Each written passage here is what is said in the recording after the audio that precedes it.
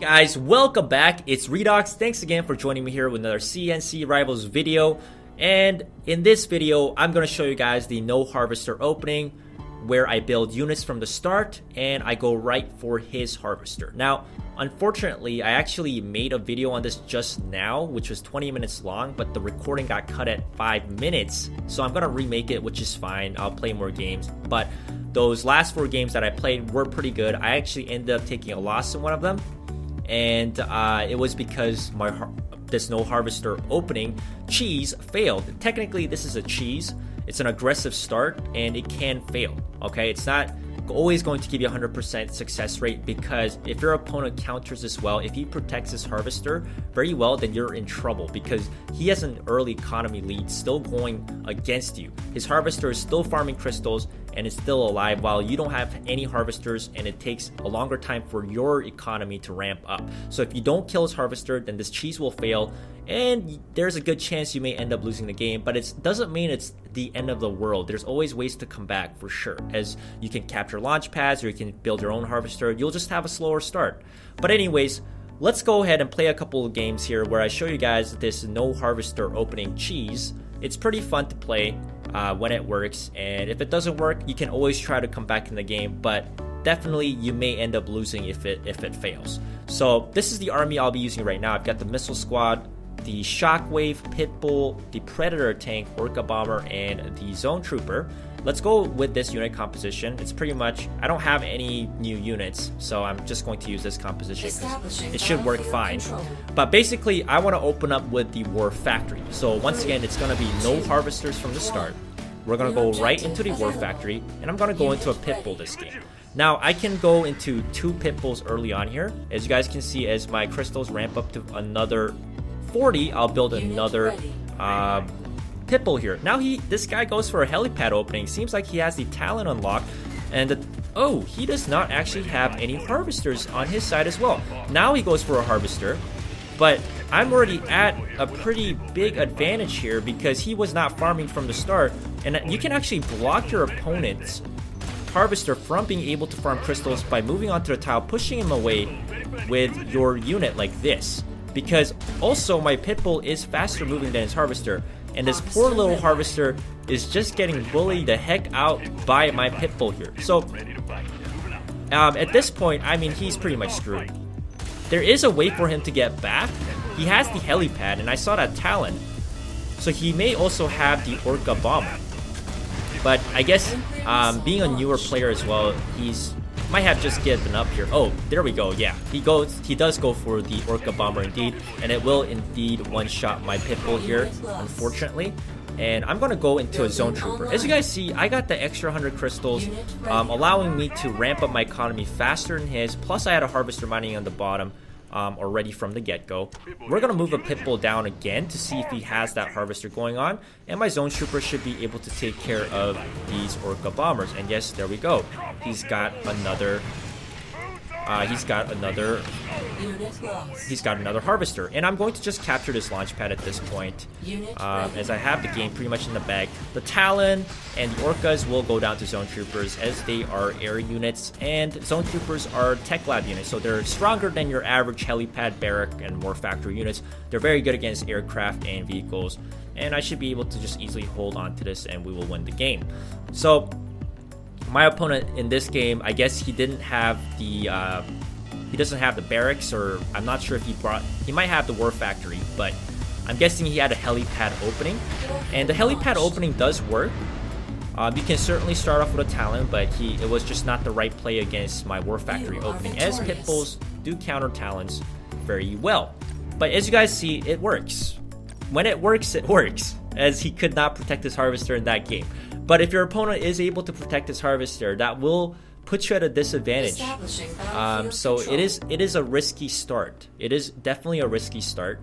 But if you get the hang of it, you can get very good at this, and it will win you many games. And this map is amazing for the Harvester Rush because all the crystals are on the top of the map. And this time I'm going to go right into a Predator Tank. And once I get 40 crystals, I can pump out a Pitbull as well. So instead of going for 2 Pitbulls earlier on, this is a bit of a slower start, but it does more damage. He has a Missile Squad, so maybe he was expecting some sort of rush like this. I guess he must have met some opponents that used this against him already. That's good. He is prepared, but he is not really microing his missile launchers here very well. So his guy is going to go down. And I'm going to move my tanks away. I'm going to build my own harvester. And now that's going to put me in an economic lead. He's most likely going to go for his own harvester here once again. What he could do is move those missile squads into my area. I'm going to build a shockwave now. And that is exactly what he's doing. He is definitely playing this a bit smarter than I expected. And I'm going to use my tanks to help me out here.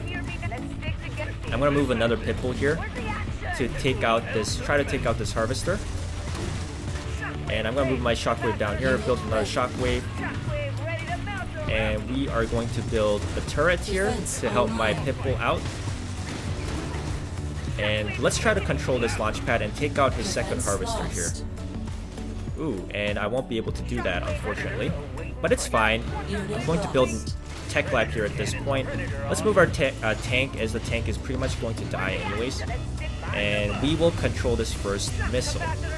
Now, I'm going to build another Pitbull as that harvester is almost dead. And I'm going to let these, I'm going to let my shockwaves die. I just realized my anti-infantry composition is not very good. It's definitely not very good in this composition. So after this game, I think I'm going to have to put in a stronger anti-infantry unit. My shockwaves, I'm going to move my harvester to the bottom here.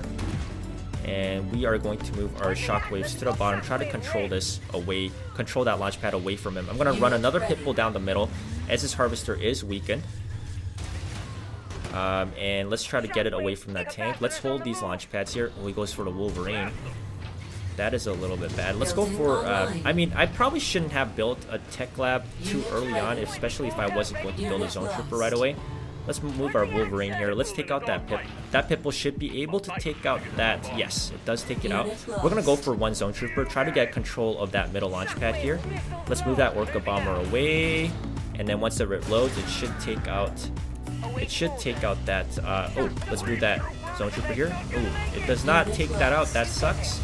My Zone Trooper has enough health, but it will go down, unfortunately, to that... shockwave, but I'm going to just try to control this launch pad. Ooh, can we get the missile here? Okay, no, it does not. Okay, let's send another Orca Bomber to the bottom. I'm going to build a shockwave to the top. And we should be able to hold on to this launch pad. Ooh, okay, that is unfortunate. And that is fine. That is fine, guys. We're going to move a Pitbull to the bottom. We'll keep sending shockwaves to the top. And he's doing a very good job at defending actually here, which is pretty good for him. Let's build a minigun turret here. And we will be able to maybe hold on to this here. Let's move another Pitbull. Basically, I just want to get guys onto the launch pad here. That's basically what I want to do. Because if I can hold on to this long enough, I should be able to win. Should be able to win here. Let's build another Pitbull here. Just get guys onto the launch pad here. And yes, my Pitbull and my Shockwave is able to survive long enough to win. But my anti-infantry, definitely with this unit composition, is quite weak. As you guys can see, even my Shockwave was not able to hold against those. His Shockwaves and his Zone Troopers is probably because they're at level 5, and with level 3 Shockwaves, it's a little bit... It's a bit weaker for me on my side because I haven't leveled up my guys, so it's understandable. But I don't really have any other good options unless I level up my units, and I don't really want to still level them up. I could, but I just want a bit more challenge for myself. You know what? Let's take out the... I want to add the Wolverine into this composition because the Wolverine is very good against tearing apart enemy infantry units. So the Wolverine should be a better unit to use in the later game instead of my Shockwave here. Okay, so let's play one more game here, guys. And we are going to go once again for that War Factory opening. We're going to go for 2 Pitbulls this time because the crystals are very far away. And I just want to give you guys a tip. When you want to, if you want to know where the Harvester is, the Harvester will always move to the closest crystal patch on the map. So you can see the closest crystal patch on the map is, of course, on this side, where my Pitbull is attacking his Harvester already. If he builds some units to try to deter your unit from getting through, ignore them.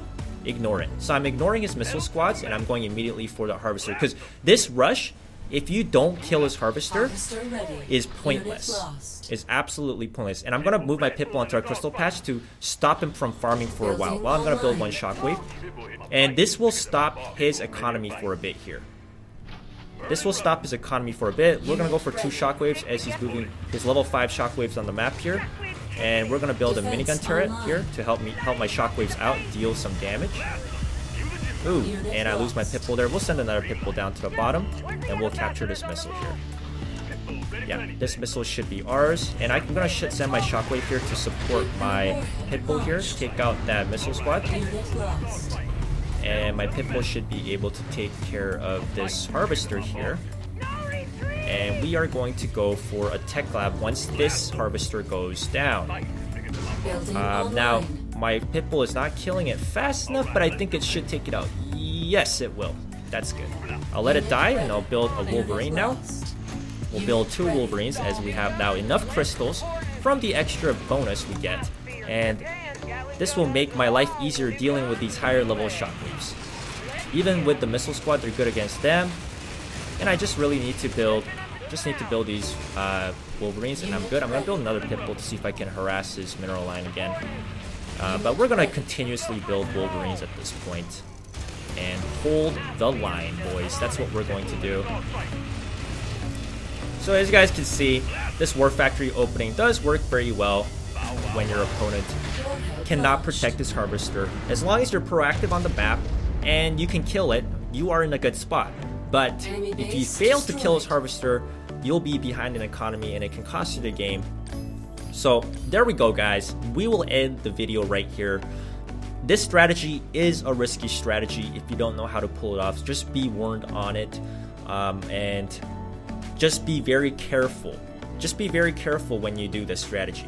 It does take some practice. In the beginning, you may have trouble with this strategy and it may cost you some games, but once you get the hang of it, killing his Harvester, being able to kill it early on will put you ahead so far of your opponent, and it can win you many games, as you guys can see in this video, for example. So thanks for watching this video, guys. I hope you guys enjoyed it once again, and definitely try this strategy out, because when it works very well and it's quite fun to use. I hope you guys are doing it well on the battlefield as well, and I'll see you guys next time.